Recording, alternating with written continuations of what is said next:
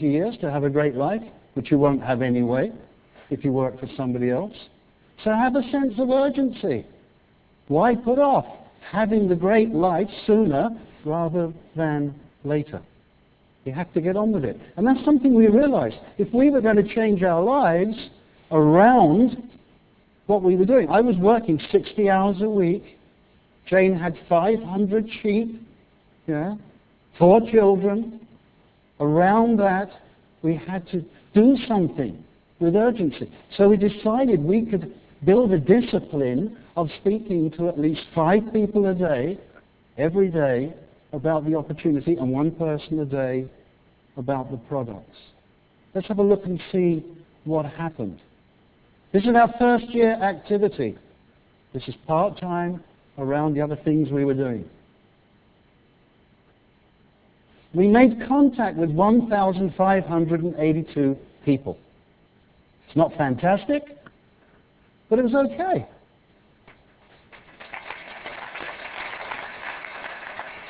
That's a conversation, maybe a postcard, something. Fax, email, carrier pigeon, I don't care. We just made contact with people to let them know we were involved in a business. From that, we had 502 people who we had real contact with. You know, where you have a real conversation, or you have a real telephone call. Just to explain to them you're involved in something and you would like to show them in some detail what it is that you're involved in. From that, we did 165 one-to-one presentations. Jane and I both really believe in one-to-one. This is a people business. People buy you before they buy FLP. But 132 people didn't buy it. And that's just the way it is. That's just the way it is. 33, though, did. 5 didn't do anything. Next slide. 6 became managers. One of those wasn't very good.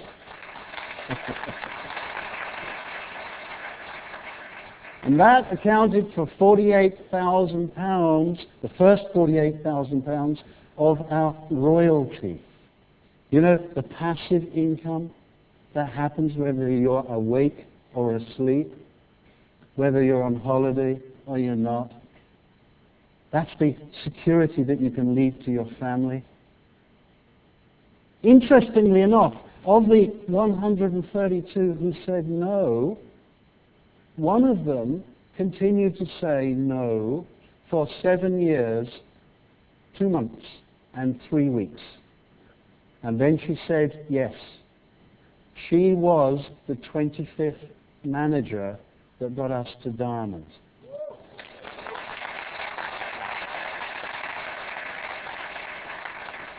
Was it worth continuing to ask her for 7 years, 2 months, and 3 weeks? I think so. Jane. But of course, nothing ever happens unless you have a clearly defined goal. You know what I find really sad? Is that most people spend more time planning a 2-week holiday than they do planning their lives. Isn't that sad? People get excited about getting the brochures, planning the journey, planning where they're going to eat, planning what show they're going to see, planning what type of transport they're going to use for 2 weeks on their vacation.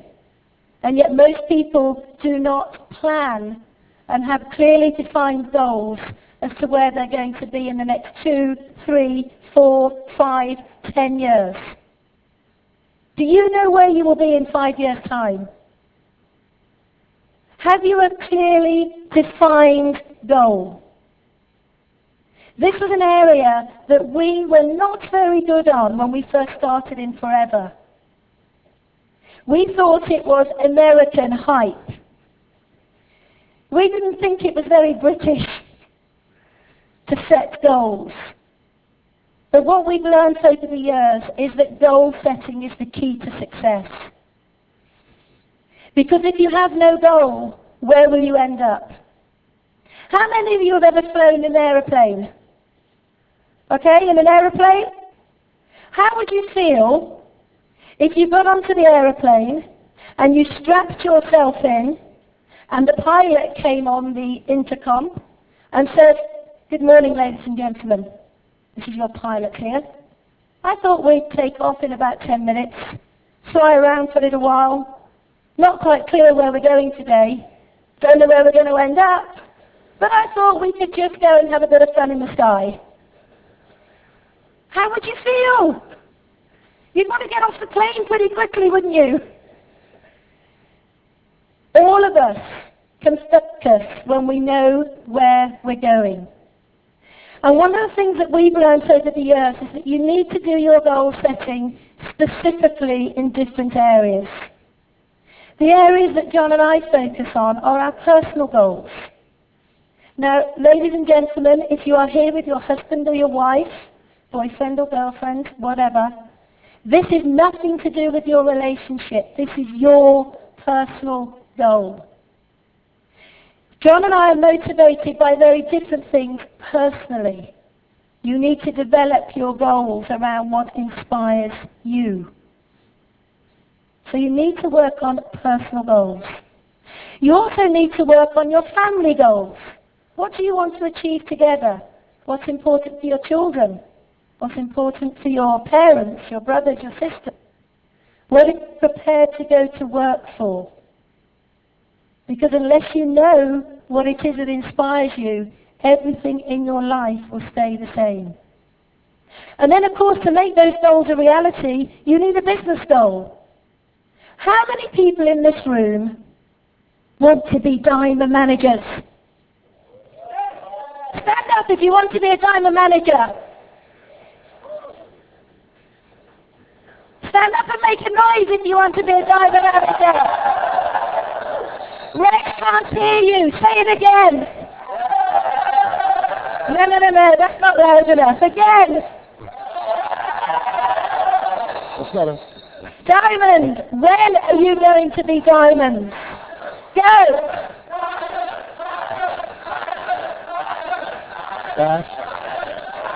Okay. I think Rex is hearing this now. But when are you going to be a diamond? You know what you need to do? You need to get pictures of yourselves with all the diamonds on the rally. You need to have those pictures in your dream book. You need to see them every day. You need to be able to feel it. You have to be able to connect with your goal, because if you don't, everything stays the same. Nothing changes. I think you're all going to be diamonds. Every one of you. You need to be focused, and I want you just to watch this slide. Did you see how when it first came on the screen it was all blurred? And then suddenly it became crystal clear. You need to be focused on what it is that's important to you. You need to be so focused that nothing can distract you upon your journey. Because your journey is the most important process in developing your business. Because if your team see that you have no vision, you have no focus, you have no goal, they will be like you. They will have no direction. I want to share a couple of stories with you, if I may, about two people that have had a major impact on my life. The first person, who I think we all are indebted to, who has had tremendous focus, a focus beyond anything that even I can comprehend, has to be our CEO and President, Mr. Rex Morn. Yeah. Without his focus and his vision 28 years ago, none of us would be in this room today. None of us would be living the lifestyle that we are beginning to lead without his focus. To have had a dream, to have had the vision, to have begun step by step to making it a reality is quite incredible. Would you not agree? Let's give our Rex Morn a big round of applause.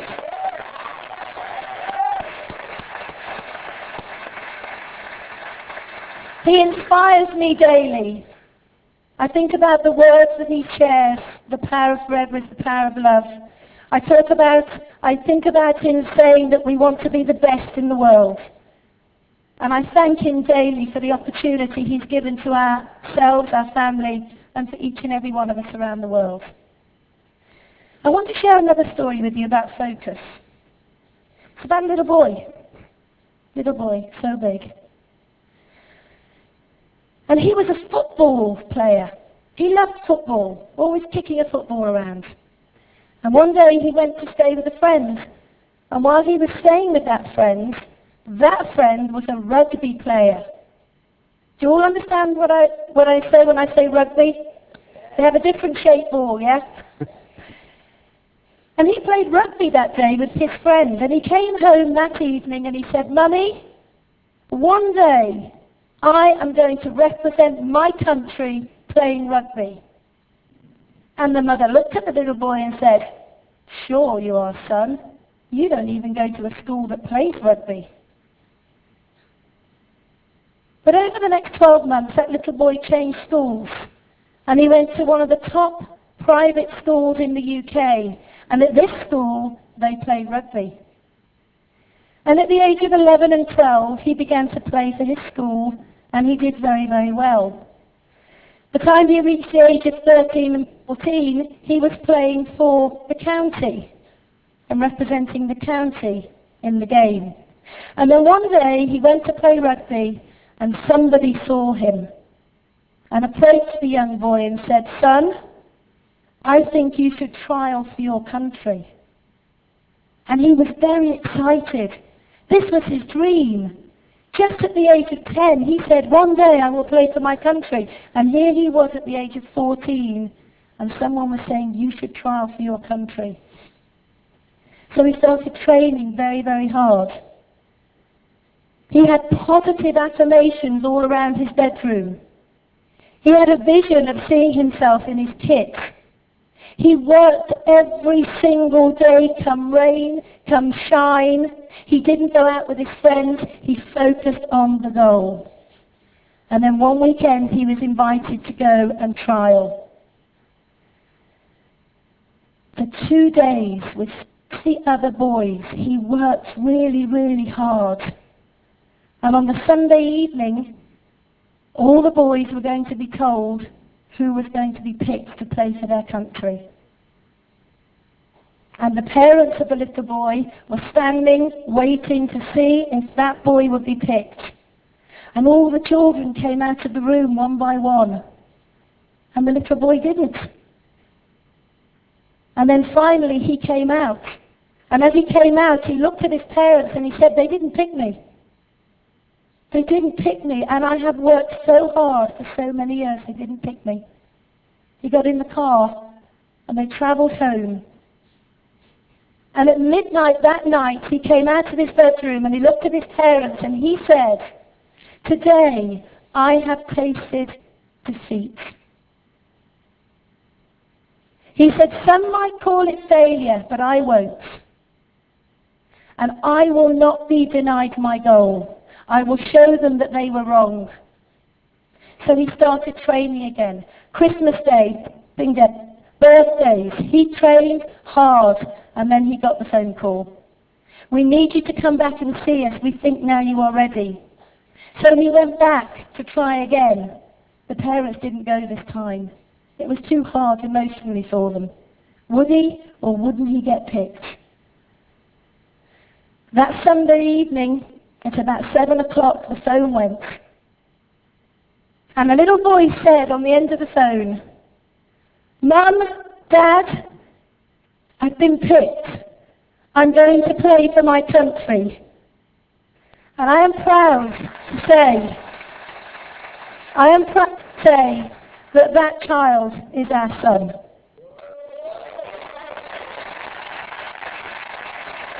My point is, how many of us quit too early? How many of us give in when we have an obstacle? When someone laughs at us, jokes at us, tells us it will never work, how many of us think of quitting? Rex Morn didn't quit, and he's been through tough times. My son, this little boy, didn't quit, and he now plays professional rugby. John and I didn't quit. Maria and Clem didn't quit. None of the leaders that are here today ever considered quitting. Why? Because they were very focused on the end result.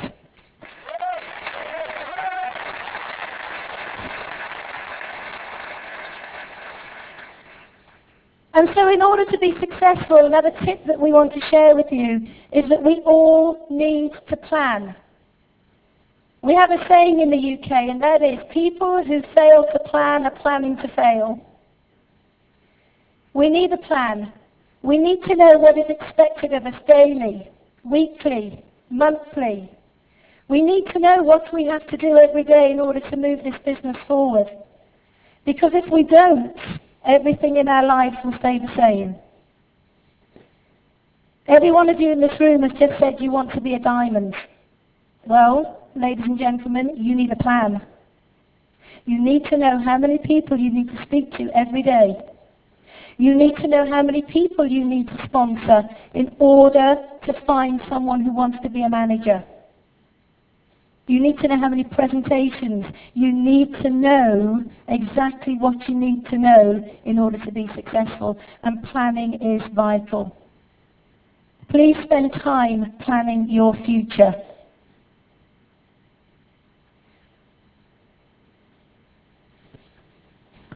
And the other thing is to recognize the fact that you are not a finished product, and nor are the people around you.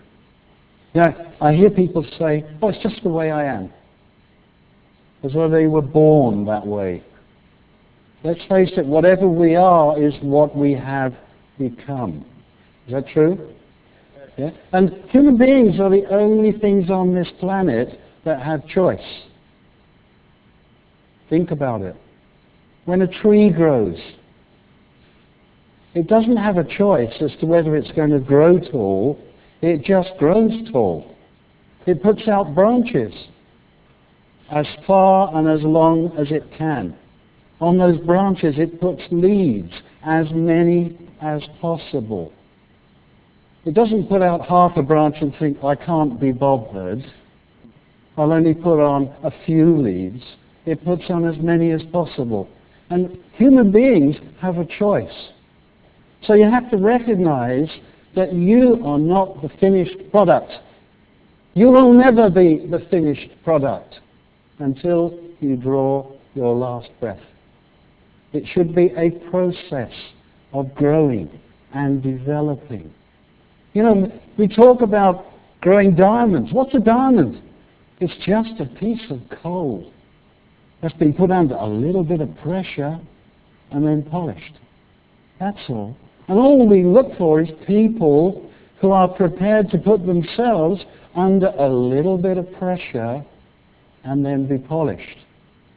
Yeah, in the room today, we have two of our people who started as coal, as we did. We were coal. Put ourselves under a little bit of pressure, became polished. You've already heard from one of them, Maria Digo.